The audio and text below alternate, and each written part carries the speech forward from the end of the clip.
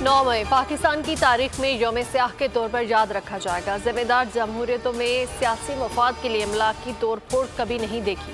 पुरतशद्दुद वाक़यात से सिर्फ पाकिस्तान के दुश्मनों के मफादात पूरे हुए। सदर आसिफ अली जरदारी को 9 मई की पुरतशद्दुद वाक़यात की उन्होंने मज़म्मत की और कहा कि तशद्दुद पर उकसाने की किसी भी कोशिश को हरगिज़ बर्दाश्त नहीं करेंगे। मुल्ज़िमान को कानून के मुताबिक जवाबदेह ठहराना चाहिए।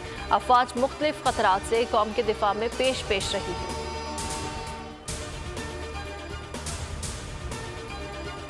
और 9 मई को पाकिस्तान के खिलाफ घिनौनी साजिश की गई, जो काम दुश्मन भी ना कर सका। इन लोगों ने वो साजिश की। कैसे भी मामलात हों, हमने मुल्की सालमियत पर आंच नहीं आने दी। वफाकी वज़ीर अतातार की प्रेस कॉन्फ्रेंस, उन्होंने कहा कि दुश्मन जानता है अफवाज पाकिस्तान का दुनिया की बेहतरीन अफवाज में शुमार होता है। भारत के 2 तैयारे गिराने का वाक़या मुंह बोलता सबूत है। दुश्मन ने शहीद की तारीफ की और आपने शहीद का मुजस्समा तोड़ दिया। इंतशारी सियासी टोले से कोई बातचीत नहीं होगी। सिर्फ एक ही रास्ता है, नफरत की सियासत छोड़ने का वादा करें, कौम से मुआफ़ी मांगे। तर्जुमान पाक फौज मेजर जनरल अहमद शरीफ का वाज़ेह पैगाम।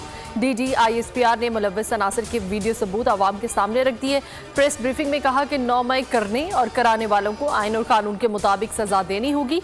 सबूत मौजूद हैं। सियासी लीडर्स ने आवाम को फौज और एजेंसीज के खिलाफ उकसाया। लोगों की जहन साजी की गई, हमलों के अहदाफ दिए। जिम्मेदार कैफरे किरदार तक ना पहुंचे तो निज़ाम इंसाफ पर सवाल उठेंगे। सब्सक्राइब करें और बेल दबाएं ताकि कोई खबर रह न जाए।